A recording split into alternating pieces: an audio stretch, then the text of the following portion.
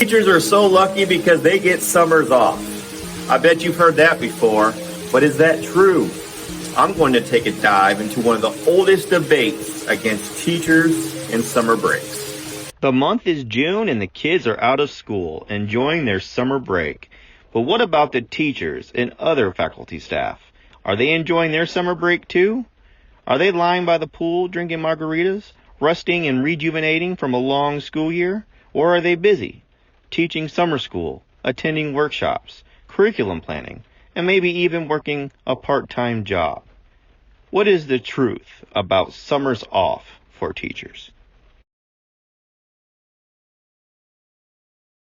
Teachers often get criticized for only working 9 months out of the year, while most other workers have to work all year round. If they get summers off, why would any teacher complain about their job? Is this a fair criticism, or is it too harsh? Speaking on this is Dr. Chris Brown. He's been a high school teacher since 2007. I wouldn't say criticism, more of just kind of joking around, kind of giving them a hard time.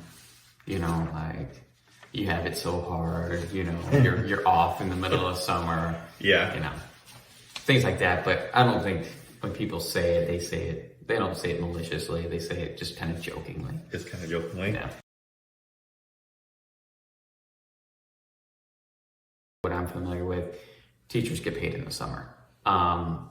So they work on a school year contract and their pay or salary is divided up over usually 24 pays. So it's divided out so that you get an equal amount all year round. Okay. Yeah.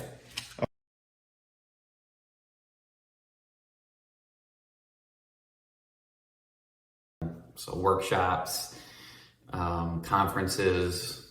I would say teachers, especially probably as soon as the end of July hits, beginning of August, while school hasn't started, they're already starting to plan out the school year, putting their calendars together and kind of getting a scope and sequence of how the year's going to go.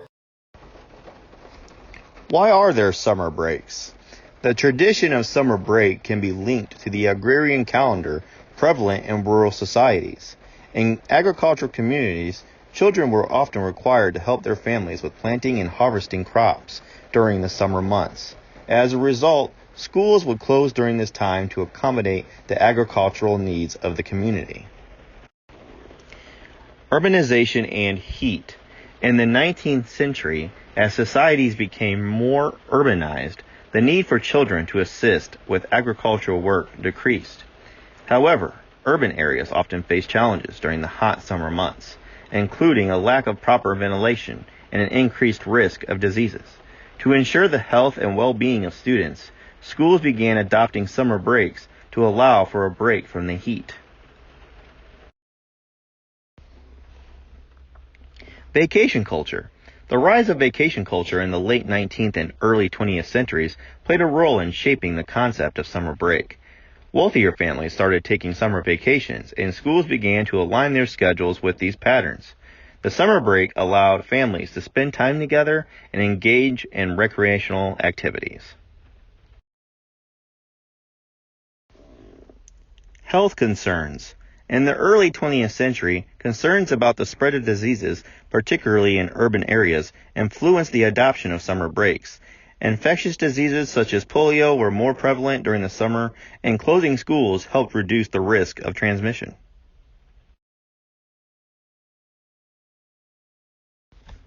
Standardization and educational reforms. As education systems became more standardized and structured, the concepts of summer break became an integral part of school calendars. Educational reforms aim to provide consistency and ensure that teachers and students had designated periods for rest, professional development, and curriculum planning.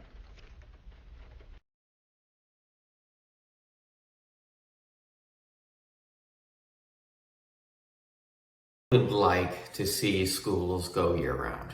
I think we spend too much time talking about like summer loss of learning and retention. I would like to be able to take vacations other times than just the summer. So it's According to usnews.com, year-round education can pose a challenge for working parents who need to arrange childcare during breaks that don't align with their work schedules. Childcare may be hard enough to figure out during the summer, but it can be even more challenging to schedule ways to keep your child safe and occupied during those additional breaks when most full-day camps and recreation programs are not available. What do you have to say to those who criticize or joke about teachers saying that they shouldn't complain about their jobs because of summer break? What do you have to say to those people? So, usually a comeback for me is, would you teach? That is a great question. In order to get an outsider's point of view of this, I spoke to Holly Brown, who has been a registered nurse for over 7 years.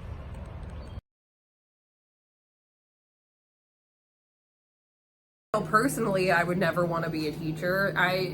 During the school year, when they are working, they're working after hours a lot. They're doing a lot of extra stuff. They're having to pay for things for their classrooms on their own. They're constantly getting flack from, I'm sure administration about certain things, and then getting pushback from parents about certain things. They're having to, deal with a lot of different kids' emotions and attitudes and whatever during the day. I don't know. I think they should get more than just the summer off.